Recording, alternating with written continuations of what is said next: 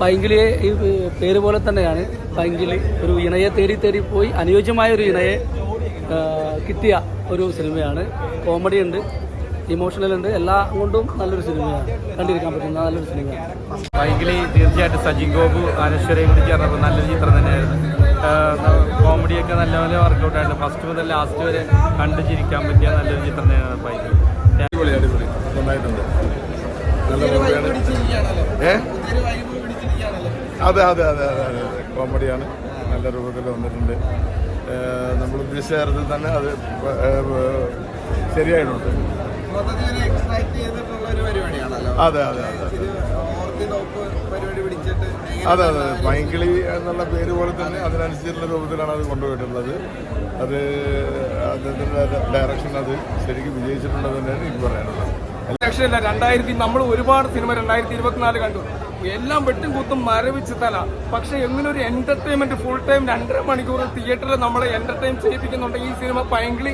ഞാൻ ഒരു സിനിമയ്ക്കും അനാവശ്യമായ റിവ്യൂ കൊടുക്കുന്ന ആളല്ല, പക്ഷേ ഇത് എന്നെ ഫുൾ ടൈം എന്റർടൈൻ ചെയ്യിച്ചെന്നുള്ള അതിന്റെ ഡയറക്ഷൻ ആണെങ്കിലും സ്ക്രിപ്റ്റ് ആണെങ്കിലും അതുപോലെ ഇതിന്റെ അഭിനയിച്ചിരിക്കുന്ന അമ്പാൻ, അതുപോലെ അമ്പാന്റെ അമ്മയായിട്ട് അഭിനയിച്ചിരിക്കുന്ന അനശ്വര രാജനൊക്കെ വാഗ്ദാനമാണ്. അതുപോലെ ഇതിൽ അഭിനയിച്ചിരിക്കുന്ന എല്ലാവരും, സലീം കുമാറിന്റെ മോൻ, ഇത് സൂപ്പർ ഹിറ്റ് സിനിമയായിരിക്കും. ഇത് നിങ്ങൾക്ക് ധൈര്യമായിട്ട് തിയേറ്ററിൽ കുഞ്ഞുങ്ങളും എല്ലാവരുമായിട്ട് ഫാമിലിയായിട്ട് ഒരു നെഗറ്റീവ് ഒന്നും എടുത്ത് നമുക്ക് പറയാനില്ല എന്നുള്ളതാണ്. ഫുൾ ടൈം എന്റർടൈൻമെന്റ് ആണ്, ഫുൾ കോമഡി. ശരിക്കും പറഞ്ഞാൽ അമ്പാനവര് നമ്മൾ പറയുന്ന വാക്കുകൾ ഉപയോഗിക്കാന്ന് എനിക്കറിയില്ല. പെർഫോമറാണ്, ഒരു രക്ഷയില്ല. അമ്പാനൊക്കെ മലയാളത്തിന്റെ വാഗ്ദാനം എന്ന് തന്നെ പറയാം. ഇതിനകത്ത് കൊണ്ടുവന്നിരിക്കുന്ന ഓരോ ആക്ടർമാരെ കൊണ്ടുവന്നിട്ടുണ്ട്, ഓരോ സപ്പോർട്ടിംഗ് ആർട്ടിസ്റ്റിനെ കൊണ്ടുവന്നിട്ടുണ്ട്. ഇത് മലയാള സിനിമ പരിശോധിച്ച് നോക്കണം. ഓരോ സിനിമ എടുക്കുമ്പോൾ നഷ്ടം എന്തുകൊണ്ടാണ്? ഒരു ആക്ടറെ വെച്ച് സ്ഥിരം ചെയ്യുക. ഒരു പോലീസ് വേഷം, ആ ആള് ഫുൾ ടൈം പോലീസ് വേഷമാണ്. പക്ഷെ അങ്ങനെയല്ല, ഓരോരുത്തരെയും പരീക്ഷണം നടത്തിക്കൊണ്ടുവരുന്ന ആക്ടർമാരെ കൊണ്ടുവരിക. വീണ്ടും മലയാളത്തിലേക്ക് വാഗ്ദാനങ്ങൾ വന്നുകൊണ്ടിരിക്കട്ടെ. ഇതുപോലുള്ള സിനിമകൾ ഹിറ്റാവണമെന്ന് തന്നെയാണ് ഞാൻ പറയുന്നത്. ഇത് സൂപ്പർ ഹിറ്റ് സിനിമയാണ്, അടിപൊളി.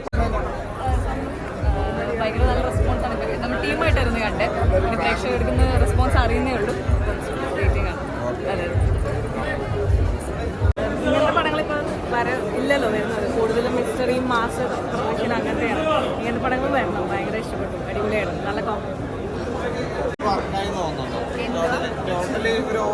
പരിപാടിയാണല്ലോ, ലൗഡായിട്ടുള്ളൊരു.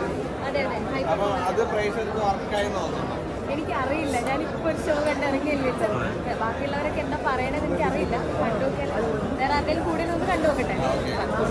എങ്ങനെ ഉണ്ടായിരുന്നു മാരിയുടെ അഭിനയം? ഇപ്പം നിങ്ങളുടെ വെബ് സീരീസിൽ താർത്ത് അഭിനയിച്ചുകൊണ്ടിരിക്കുന്ന ഒരാളാണല്ലോ. അപ്പൊ നേരെ ബിഗ് സ്ക്രീനിലേക്ക് വന്നപ്പോഴേക്കും എങ്ങനെയുണ്ട്? ഒരു വെബ് സീരീസ് ഡയറക്ടർ എന്ന അർത്ഥത്തിലൂടെ നോക്കി കാണുമ്പോൾ എനിക്ക് പേഴ്സണലി ഭയങ്കര ഇഷ്ടമുള്ള ആക്ടിങ് സ്റ്റൈലാണ് ഡിസ്പ്ലേഡ്. ഞങ്ങളിപ്പോൾ യൂട്യൂബിലൊക്കെ ചെയ്യുന്ന പോലെ തന്നെയുള്ള ഭയങ്കര രസമായിട്ടുള്ള പെർഫോമൻസ് തന്നെ ഈ പടത്തിലുമുള്ള ട്രailerലും ഇൻ്റർവ്യൂസിലൊക്കെ ഇതിൽ തന്നെ പറഞ്ഞിട്ടുണ്ട്. അത് നന്നായിട്ട് വർക്കായിരുന്നു. പടം ഫുള്ളി വന്ന് എൻഡ് ചെയ്യുന്ന സമയത്ത് അതെല്ലാം കണക്റ്റഡ് ആവും. ട്രailerലൊക്കെ പറഞ്ഞ പോലെ തന്നെ ഭയങ്കര എൻ്റർടൈൻമെൻ്റ് ആണ്. ഫാമിലി അടക്കം എല്ലാവരും കാണും. Okay, thank you. ആദ്യ പടം ഇപ്പം ഫ്രണ്ട്സ് അങ്ങനത്തെ ഒരു ഭാവന, അങ്ങനത്തെ ഒരു ക്രൂവിൻ്റെ കൂടെ ആയിരുന്നല്ലോ. അത് നേരത്തെ ആഗ്രഹിച്ചിരുന്നു, നല്ലൊരു ടീമായിട്ട് വേണം തന്നെ ഒരു എൻട്രി വേണമെന്ന്. നിങ്ങളുടെ പടം വല്ലതും ഞങ്ങൾ റൈറ്റിംഗ് നടന്നുകൊണ്ടിരിക്കുകയാണ്, ഉടനെ ഉണ്ടാവും. Okay, thank you.